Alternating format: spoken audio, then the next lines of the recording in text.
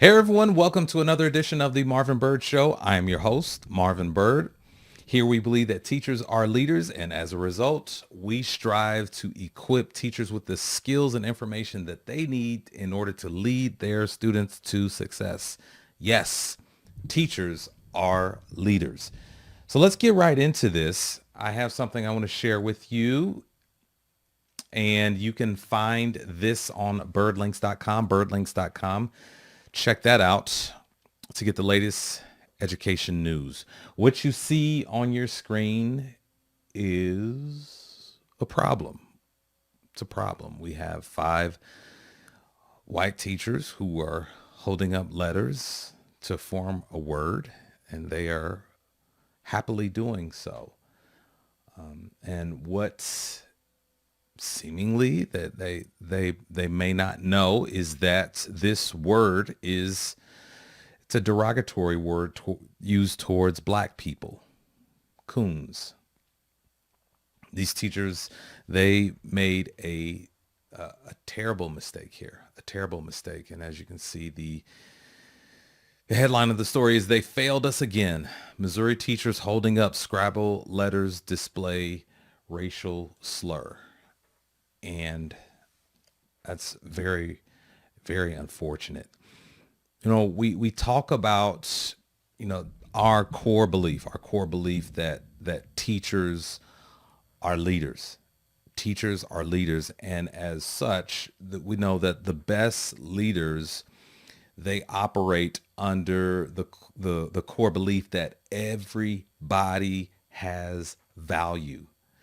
Everybody has value. And as a result, teachers, they strive to understand their students. They strive to understand the needs of their students so that they can help each and every one of their students to succeed. And it's very difficult when you break that trust. There's just a special trust that is just offered to a teacher. It's just accepted. We're Mr., we're Mrs., we're Doctor. We just off the top, that's what we are. I remember my first teaching job in Joplin, Missouri. Like, it's a small town. Like, gosh, I was a rock star. I would go out to Walmart, and people would see me and say, "Hey, there's Mr. Byrd." And then, like, the families, they would just all just smiling. They would just smile at me because there was just that special trust that was just given to me because I was a teacher. I was a teacher. And going back to these teachers, who made this just this unbelievable error. It's just with this situation, it's so difficult because is it possible that those 5 teachers, is it possible that those 5 teachers, all of them were ignorant of the fact that this is not a good thing. This is a derogatory term. It's a slur. Is it possible? I say yes, it is possible. It is possible. I think, we are just amazed at the ignorance and just ignorance. This just that means it's not knowing.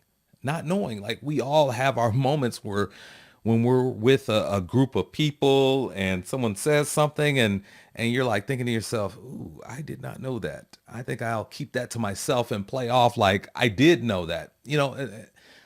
I think that happens to all of us. And so I'm not surprised, and I think that it is possible that these 5 teachers didn't know it.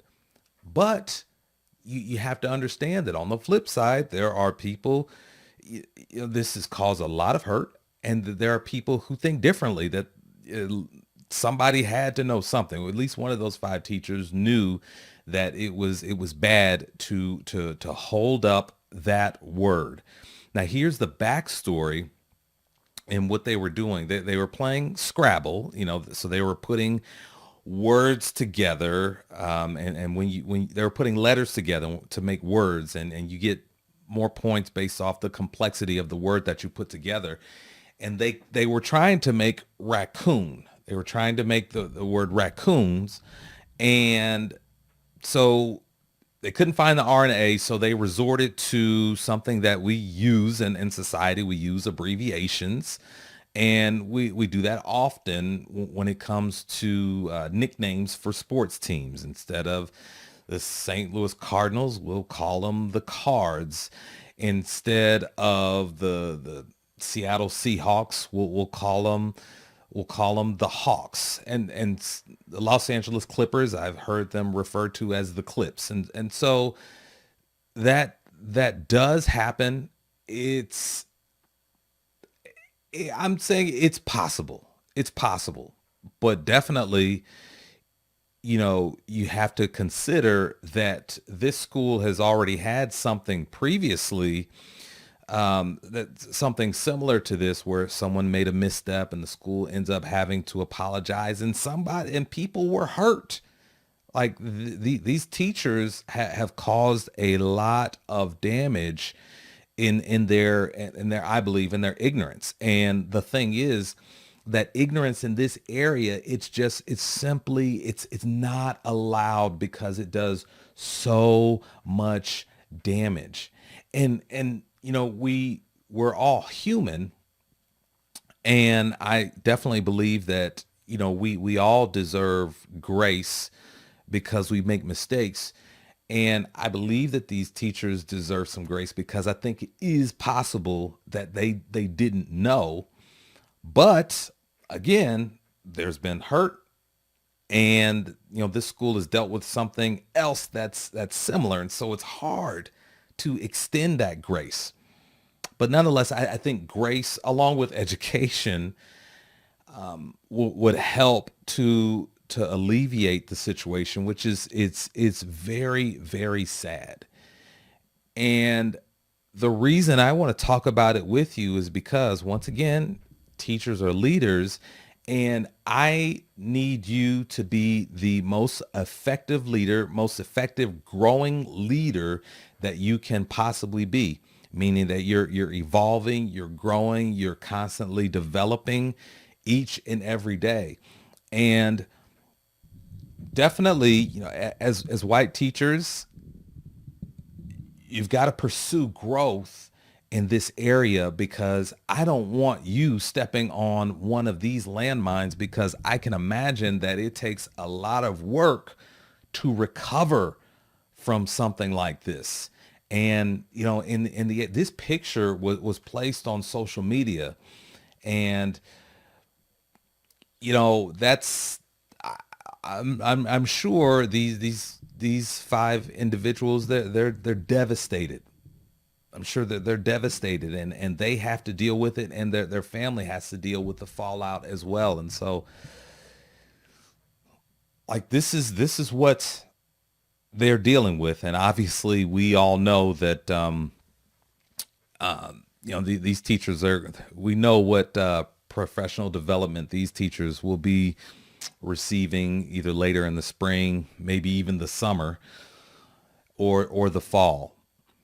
So what I want to do is I want to talk to you. I want to give you three things that could have prevented this. Three things that could have prevented this. And in doing so, I want to equip you with some things to help you avoid such a landmine.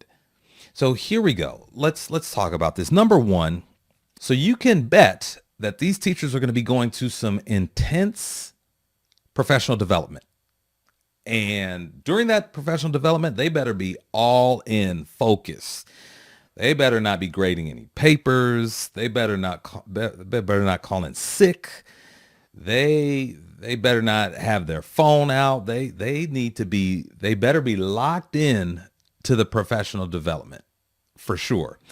And here's the thing for you: in order to avoid this kind of a situation, I always say you don't have to wait for a PD session, an all day PD session that goes on and on and on, repeating a point that takes maybe 5 minutes to get across. You can do the professional development yourself. A simple Google search or watching some YouTube videos would educate one on, okay, what are the slurs that reference the minority students in my classroom. Just Google, YouTube, and you get a really good, quick education there without sitting through a PD session. Now, don't do that on your work computer. Don't do that on your work computer. There's nothing wrong with the search. There's not, I mean, you're helping educate yourself. You're helping yourself grow and stay away from these kinds of landmines. But you don't want to have to explain it if it pings somebody in central office. Someone in central office sends an email to your principal. You don't want to have to deal with that. So I would say don't do this on your work computer, but definitely a quick Google search on racial slurs, and that'll get you the information that you need. And I'll bet it's possible that you may be surprised at some of the slurs that you see on there. Some of them you may say, oh my gosh, I've seen that before, but I didn't realize, what it was. And so when you educate yourself, you know better, then you're able to do better. And then when you're able to spot those things, you can call them out for what they are. And then what you do is you make your environment a better place that's more accepting, and you're able to lead your students because they're comfortable and they're able to learn. So that's number one. That's simple PD. You want to keep yourself from standing on these landmines. So the next thing you can do is you can really go out of your way to learn about the perspective of your students who come from backgrounds that are different than yours. Learn about their perspectives. And really what this is it's building relationships. This is what we talk about all of the time. And it's so important, and so I will say it's just so much better and more effective when a leader seeks to really care about those he or she works with. As a leader who is empathetic, who is caring, who is focused on helping other people grow, you have the ability, you have a better chance of influencing students to make better decisions versus just focusing on the fact that I'm the teacher, this is my classroom, these are the rules, and this is what you're going to do. That kind of a person, that kind of a teacher is going to inevitably step on landmines because they're not able to connect with students, and they just don't have that understanding that as the students, they need grace, and that grace that you give can actually pull a student closer. And when that student is pulled closer, then you're able to really speak to that student, come to an understanding, and it gives you a better chance to influence that student to make better decisions. So understand the perspective. What are you guys listening to? What are you doing this weekend? Those kinds of things, getting students talking about, their interests, their families, genuinely caring about each and every one of them. And the other thing that I want you to do is I want you to ask students questions. Ask them questions, because when you ask them questions, a lot of times they'll give you an answer. They'll start to open up to you when they see that you're consistent. And then quite possibly there have been inevitably Inevitably, every school year there is a teacher who a non-black teacher who who ends up offending a black female student regarding their hair. And so I submit to you that more conversation, more questions, more just like seeking to understand. Just like tell me about tell me about your hair. Tell me the process. Tell me how you feel about it. So when you start to when you're just inquisitive and you do things like that, then you really start to understand the perspective of that other person. And then that keeps you out of the news. You know, white teacher offends black student about regarding their hair. You know, that helps you to be more understanding, to be more sensitive, so that you don't offend students and you damage your ability to lead in the classroom. And another thing that I want to say to our white brothers and sisters in education is this: I appreciate you. I really do. I know you're working hard. You're doing what you can. You're trying to motivate students and help them be the best that they can be. I appreciate that. And I know that you're also sensitive to the trauma that your students have experienced, and you want to do no harm when it comes to your students. But I want to tell you this too. It's important that you are always your authentic self. You're always your authentic self. Now, as you go down this road, as you educate yourself, as you learn more, you don't have to.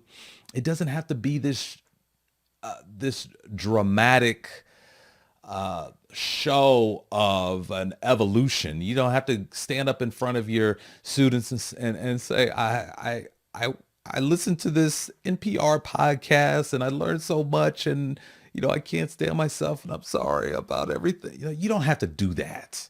You don't have to do that. You constantly learning, evolving, growing, and connecting with your students and pushing and helping to equip each and every one of your students to chase their vision of success and challenging them. That's outstanding. That's outstanding because that's what a leader does. A great leader, a great teacher makes sure that all of their students, all of their students get what they need in order to chase their vision of success, in order to learn and grow. If you're doing that, if you're working hard to connect with students to make sure that that happens, you are doing a great job. And I want you to continue doing a great job. Continue growing, continue to evolve and learn more. So that was number two. Here's number three. Here's our third and last tip to avoid stepping on that landmine that these teachers stepped on, unfortunately, and they cause so much harm. Number three is this: educate yourself on the history of your students. If you're a white teacher and you teach in a predominantly black school, there is so much information, so much history out there that you can dive into. And with technology has made it a lot easier to dive into that information. You can get just a quick 2-3 minute blog posts. You can check out, if you want to get into a 30-minute, hour-long podcast and learn about the history of Black Americans. I think that is important because what that does is it helps you to better understand to better understand what causes the frustration amongst the Black community, because it's not just this one incident. It's the many that preceded it that causes that frustration that you as a white teacher, you may not understand. You may be thinking, oh my gosh, why are you so angry? Please, what do we need to do to fix this? And I think it's important because as a leader, you need to be able to understand. You need to be able to find that common ground. You need to be able to, in many instances, you need to be able to look past the frustration that a student or a parent may be expressing, and you need to just kind of move beyond that in order to find the root cause. And in many instances, I'm telling you, in many instances, that frustration is rooted in just years of hurt because of the history of Black Americans in this country. And that simply is a fact. That's a fact that you, as a white teacher, you're going to have to navigate. You're going to have students, you're going to have parents who assume that they're not going to get a fair shake because you're white and they're Black. But I know that you can navigate this. I know that you can eventually make that connection. I know that it's possible. I've seen it done many times. So to sum it up, 3 tips to help you stay out of this situation. Number 1 is professional development. Looking up racial slurs, words that your students, your minority students, words that should never, ever hit their ears. And then number 2, learn about the perspective of your students, and really, really be curious and listen. And then that's going to help you build a much stronger relationship with your students so that you can eventually leverage that and influence them to make good decisions so that they can chase their vision of success. And then lastly, number 3, learn about the history of your students. I think that's going to really open up your eyes and help you to be more understanding of your students. Well, that's our podcast episode for today. I thank you so much for listening. Thank you so much for watching. And until we meet again, never forget that teachers are leaders.